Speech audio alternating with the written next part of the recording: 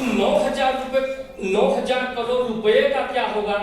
हम लोगों को उस 9,000 करोड़ से पूरे विश्व में जो सनातन की जो बिखरे हुए जो हमारे निशानियां हैं, जैसे आप पाकिस्तान में शारदा मंदिर को ले लो, आप अफगानिस्तान में चले जाओ, आप ईरान में चले जाओ, आप पूरे विश्व में कहीं चले जाओ, वहां जो सनातन के जो खंडहर हैं उनको मजबूत करने का कार्य हम उस ट्रस्ट के माध्यम से कर सकेंगे।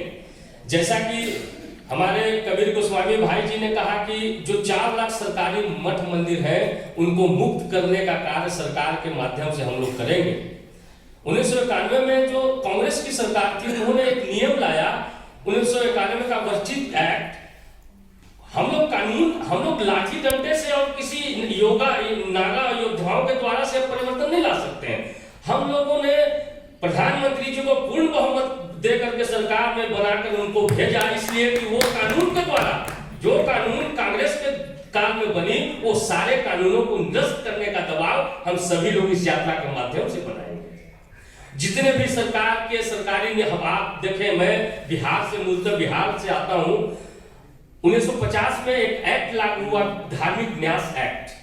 उस न्यास एक्ट में पूरे भारत के प्रदेशों ने उसको लागू किया। जिनको लागू करना था उन्होंने लागू किया, जिन्होंने लागू करना नहीं था उन्होंने लागू नहीं किया। बिहार में वो कानून लागू हुआ। आप देखें बिहार में किसी मस्जिद से टैक्स नहीं लिया जाता है, किसी चर्च से टैक्स नहीं लिया जाता है, लेकिन हिंदुओं मठ मंदिर से 4% का टैक्स लिया जाता है। ऐसा क्यों?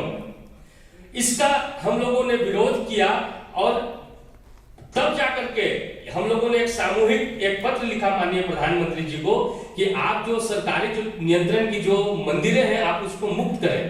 और हम लोग जो विद्यालय है, जो रुग्णशालाएं हैं, जो हम इसकी जरूरत ही नहीं, हम लोग अपनी शिक्षा दीक्षा बच्चों को आप देखेंगे अन्य धर्मों के बच्चों को उनके कुरान की शिक्षा दी जाती है, बाइबल की शिक्षा दी जाती है, लेकिन हमारा दुर्भाग्य है कि हम हिंदू राष्ट्र में रहते हैं और हमारे बच्चे को गीता और रामायण पढ़ने की अनुमति नहीं है स्कूलों में।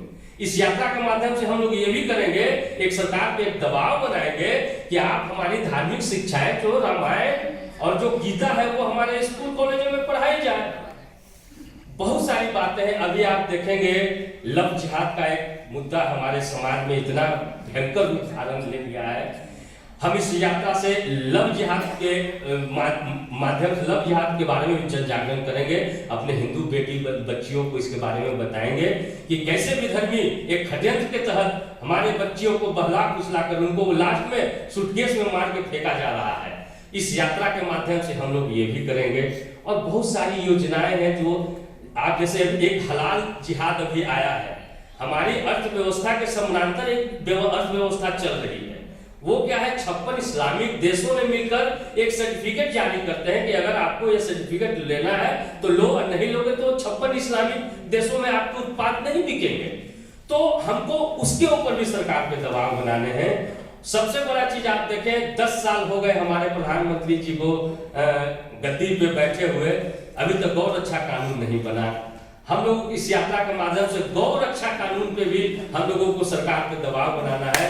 माननीय प्रधानमंत्री मोदी जी को ये बताना है कि हिंदू समाज ने आपको इस पद पे पहुंचाया है, 10 साल आपने राज किया, किन किन कार्यों को मंदिर के अलावा और करना है। राम राज की जो परिकल्पना है बिना संस्कार में उतारे, हमारे यहाँ एक आदत होती है जब हम उठते हैं तो बच्चे को बताते हैं कि आप ऐसे करो ऐसे करो, वो हमारे संस्कार से विलुप्त हो गए हैं। हम दिनचर्या से उस सभी रूटीन को बाहर कर चुके हैं।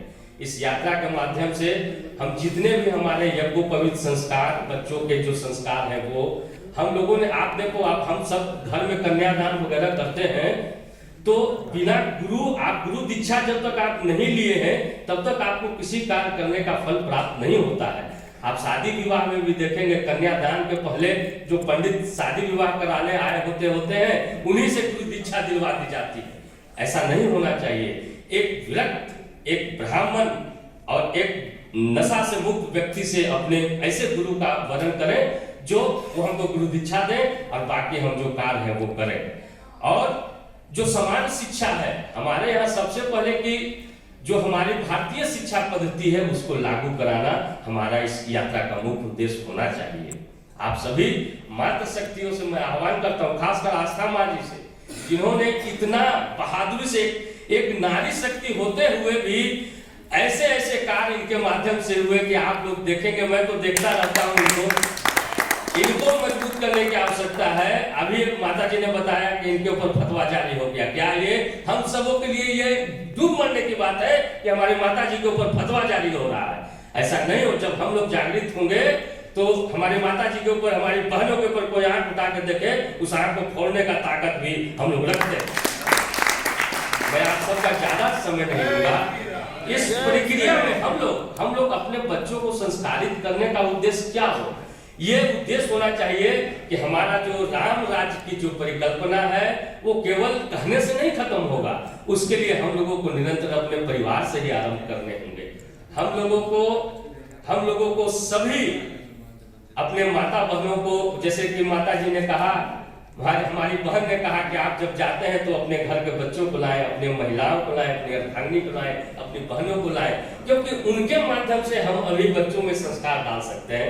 अन्यथा हम लोगों को केवल भाषण देने से कुछ नहीं होने वाला है। और मैं काफी कम शब्दों में मैं आप सबको इस यात्रा में आमंत्रित करता हूँ कि जिस राज्य में भी आप हो, इस यात्रा के आप सहयोगी बने और इस यात्रा में हम लोग जो चाहते हैं उस चीज को प्राप्त करेंगे। बिना आप लोगों के सहयोग के ये यात्रा संभव नहीं है, ये परिक्रमा संभव नहीं है। मैं आप सबका पुनः हृदय से नमन और आशीर्वाद। जय श्री राम, जय श्री राम, जय जय श्री राम।